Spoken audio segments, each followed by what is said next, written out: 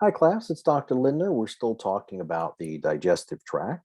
So let's look at the tongue, which is a large muscular organ located, it's in the oral cavity.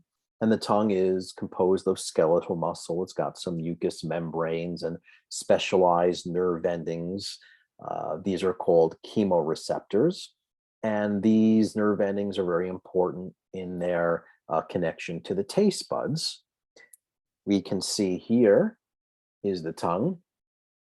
And when we look at the tongue, we can also see some of the tonsils.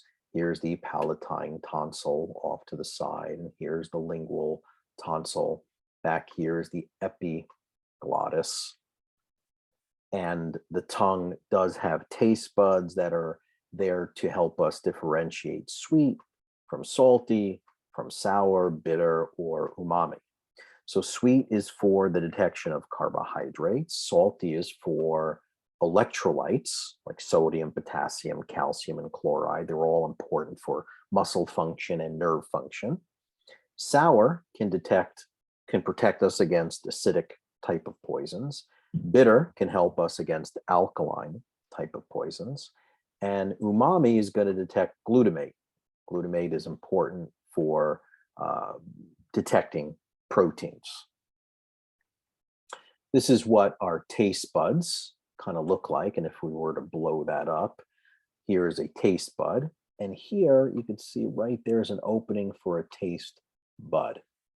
In smokers, this can get jammed up with tar and affect the ability for smokers to actually taste.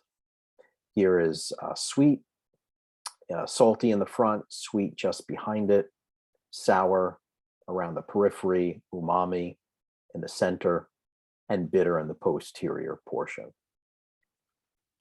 Sweet, sour, salty is cranial nerve 7. Bitter is cranial nerve 9.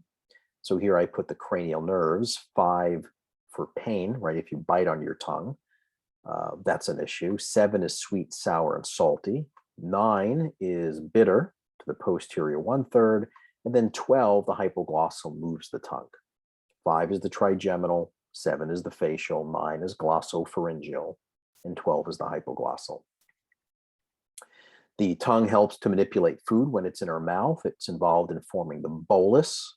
That's the round mass of food in the mouth with all the digestive enzymes before it enters into the stomach. The tongue can secrete an enzyme known as lingual lipase. Remember, anything that ends in ase is an enzyme. Lip from lipid, it digests lipids or fats. In terms of cancer of the tongue, again, cancer is always an accelerated growth of abnormal epithelial, whether it's the throat, whether it's the mouth, whether it's the tongue, whether it's the lips. Again, we see painless. It typically shows up as the painless ulcer caused by smoking. And again, we see radiation and chemo or surgery as the cancer here. And this is what cancer. Here's a painless ulcer here. There's another ulcer here. These are some more ulcers. Then it looks like, look at all the silver, see all the mercury in the mouth, see all the plaque and the decay. Not a healthy individual, unfortunately. Okay, when we come back, we'll talk a little bit about the salivary glands.